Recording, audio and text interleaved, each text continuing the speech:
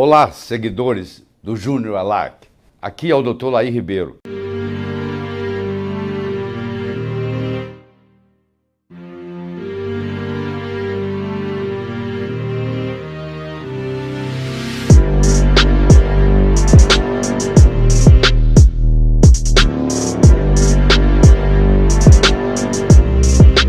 Eu gostaria de começar com o seguinte: o lobo mau vai continuar sendo mal se você continuar escutando só a versão do Chapeuzinho Vermelho. Se você escutar só essa versão, o lobo mau vai continuar mal. Você escutou a versão do colesterol desde que você nasceu. Essa história é muito antiga, mas os pesquisadores que se dedicam a vida a isso, nenhum deles concorda com o que está acontecendo aí. E eu sei da minha responsabilidade, eu sei que tudo que eu estou falando aqui está sendo anotado por muita gente e estou preparado para me defender, inclusive juridicamente, se for o caso, porque tenho todo o embasamento científico para fazer isso. Então, de modo que à medida que eu vou falando, você pode ir checando, porque eu sei da minha reputação e eu cuido muito bem dela. Vamos começar lá atrás. Em 1784, foi identificado o colesterol. Colesterol. Por que chama colesterol? Porque é um esterol que foi encontrado na bile, ou bilis, os dois nomes estão certos. É um cole, vem de bile. Colesterol, esterol. É um álcool policíclico de 27 carbonos que foi encontrado na bile. Isso foi chamado de colesterol. Quase 100 anos depois, em 1870, o Dr. Rudolf Virchow, um grande patologista alemão, ele descobriu que na placa aterosclerótica havia colesterol. Quer dizer nada, o colesterol podia estar lá para defender a placa. Nós não sabemos, o bombeiro, quando tem um incêndio, você encontra o bombeiro lá. Não é o bombeiro que causou o incêndio, ele foi lá para salvar, que é o que o colesterol faz. Em 1912, um cientista russo chamado Anitkov, ele deu colesterol para coelhos e para galinhas.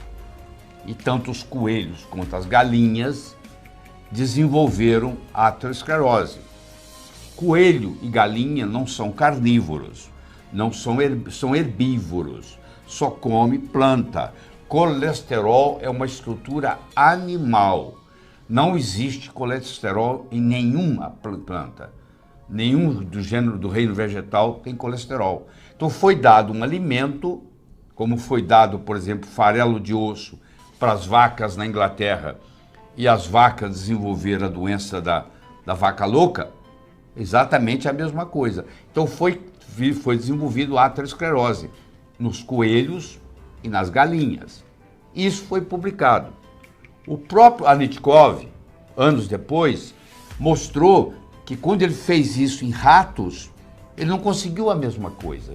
Ele só conseguia aquilo em coelho e em galinha, em animais herbívoros. Mas já era tarde demais, a história já tinha pego, e aí em 1925 foi demonstrado que o colesterol do corpo é o corpo que faz. O colesterol é um nutriente tão importante para o corpo que ele não delega para a dieta. Ele mesmo fabrica.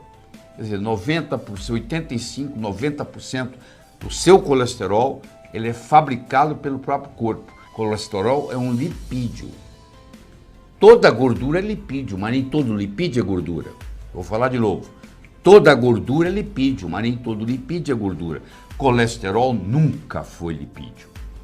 Segundo, colesterol é produzido a partir do acetil-CoA, que pode advir tanto do carboidrato, quanto da proteína, quanto da gordura. Mas no caso do corpo é muito mais do carboidrato. Então, se você está com seu colesterol alto, a não ser que tenha uma patologia, você tem, por exemplo, tem hipotiroidismo, que é a principal causa de colesterol alto, e você quer baixar esse colesterol, o que você tem que fazer não é cortar a gordura. o que você tem que fazer é cortar carboidrato, porque a principal fonte de produção de colesterol, principalmente no fígado, a partir de acetil-CoA, é carboidrato na dieta.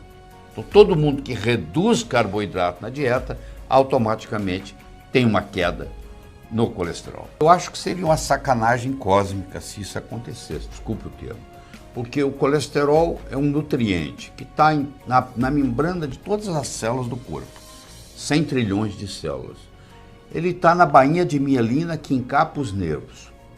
25% do nosso colesterol está no cérebro, que ocupa, é só 2 quilos de peso, 2% do peso do corpo, tem 25% do colesterol. O colesterol é o precursor de todos os hormônios esteroidais. O colesterol é precursor da vitamina D3. O colesterol é precursor da formação da bile. O colesterol é importante no sistema imune. Se você começa a analisar, você começa a ver que o colesterol está no sistema endócrino, ele está no sistema imune, ele está no sistema nervoso. Você acha que um criador com toda a inteligência, ele vai colocar uma coisa que prejudica em todos os lugares, em todas as células? Você está questionando o processo evolutivo. Então, isso é um nutriente importante. A hipótese, nunca deixou de ser uma hipótese, de que o colesterol causaria problema cardíaco, isso foi uma hipótese, isso nunca foi comprovado. Eu quero que você entenda isso. Os estudos que são apresentados são estudo coorte, C-O-O-R-T-E. O que é um estudo coorte? É um estudo de observação, de correlação.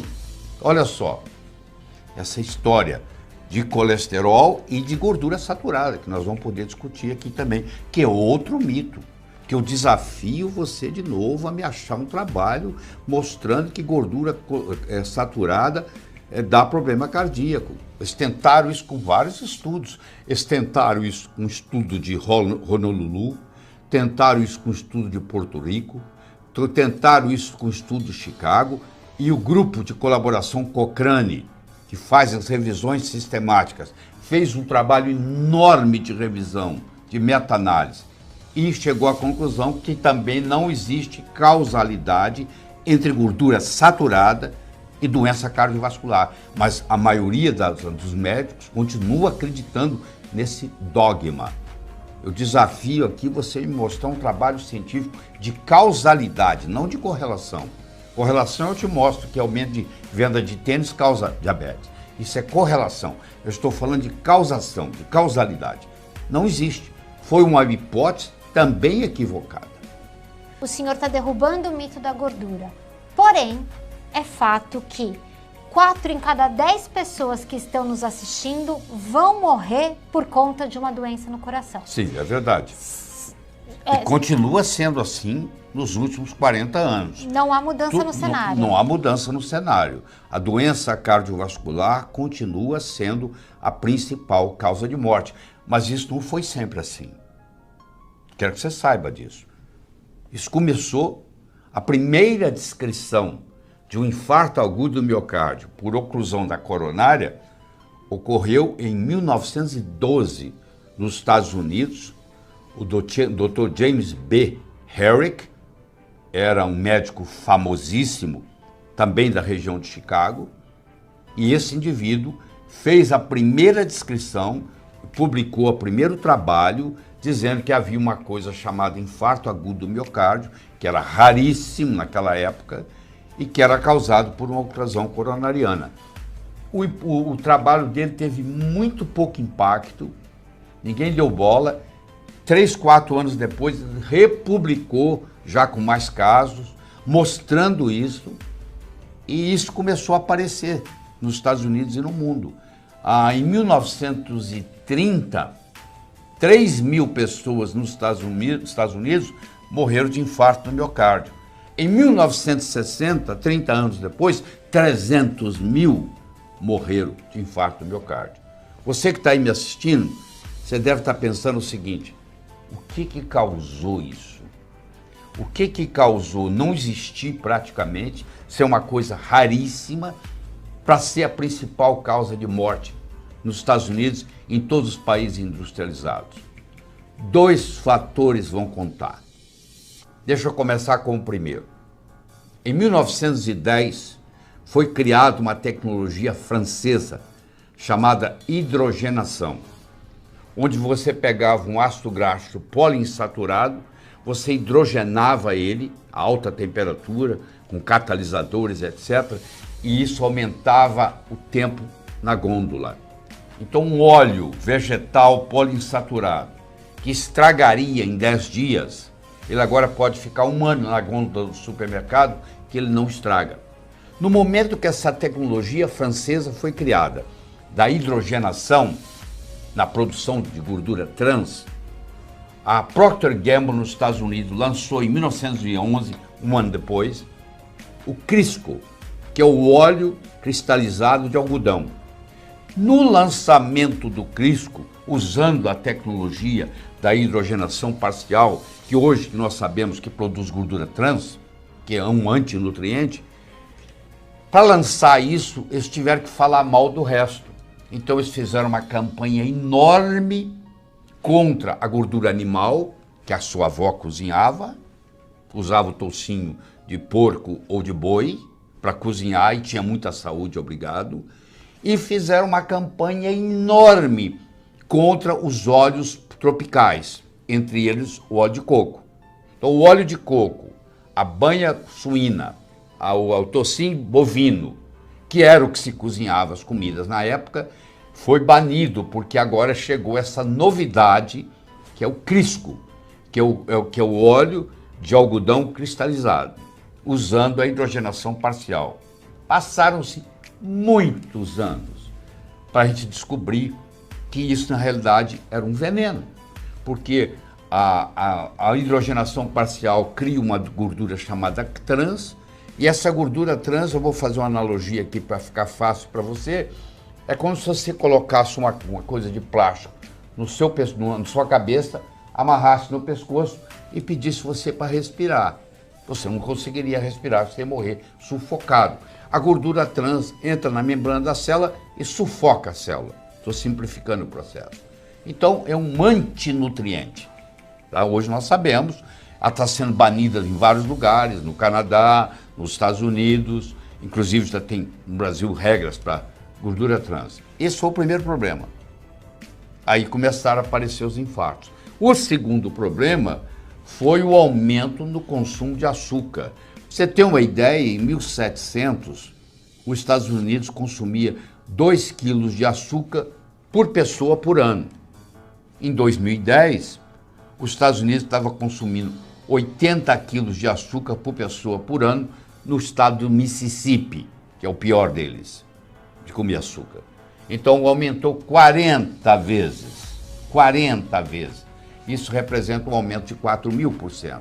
Então o organismo também não está dando conta desse aumento de açúcar. Então você juntou o aumento do açúcar com o aumento do óleo vegetal poliinsaturado, que você compra no supermercado e leva para cozinhar, achando que você está levando um óleo saudável, diferente do que a sua avó cozinhava. Então, quando você combina essas duas coisas, o óleo poliinsaturado, hidrogenado parcial, para não estragar na gôndola, e o açúcar, essa quantidade absurda de açúcar, o que aconteceu? Com isso, começaram a aparecer cada vez mais os infartos, e por volta de 1950, de 1960, surgiu como principal causa de morte.